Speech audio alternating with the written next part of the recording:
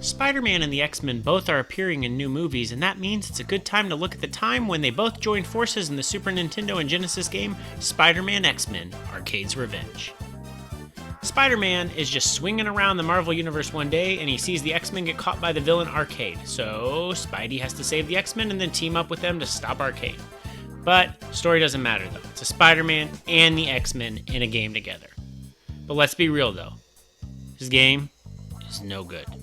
The easy thing to do would be make a game like X-Men Arcade and then add Spider-Man, but that's exactly what we wanted. Just a simple button masher where you beat up bad guys. But nope, it's a platformer, and a bad one at that. This is one of those games where you land isn't always seen. Spider-Man is a character that's frequently asked to swing across a distance 2 screens wide only to hit a bar somewhere that wasn't seen initially. The game makes you play as Spider-Man for the first level, and the goal of this level is to touch a bunch of different flashing items. But you can't just touch them as you see them, no. You have to pick them up in order. It's just a waste of time to navigate the maze and backtrack to wonder which flashy thing is going off. Only after you beat this level can you play as the X-Men.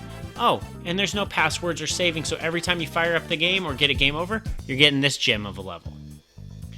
But after the first level, you do get to play as the other 4 X-Men. This time, it's Wolverine, Cyclops, Storm, and Gambit. But wait! First they have to go through a virtual reality nightmare designed by Arcade himself. But what this really means is that each character has 2 levels, and these levels have tenuous ties to the X-Men and Spider-Man licenses. I mean, I get that Spider-Man and the X-Men are trapped in a virtual reality holodeck scenario, so the levels can be whatever the creators imagine.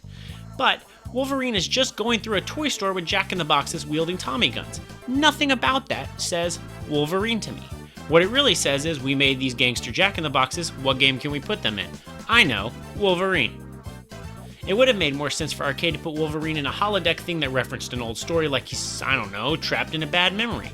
It wouldn't have taken much to turn the whole level into a Weapon X lab and then reskin the bad guys as evil scientists and gun turrets.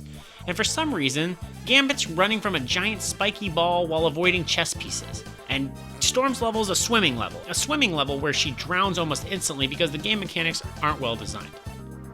It ends up being one of those games that tries to serve up too many different playstyles, in this case 5 characters, but only gives them 2 to 3 levels each, which means the game mechanics aren't fully explored or refined. It's more volume than anything. Honestly, the big red flag should have been the LJN logo on the box.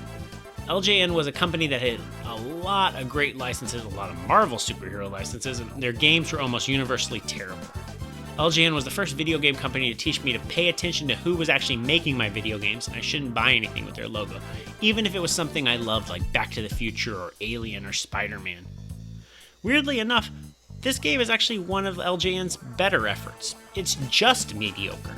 You'd think a Spider-Man and X-Men mashup would be a slam dunk, but no, it's a disappointment. The best thing I can say is, that was a game.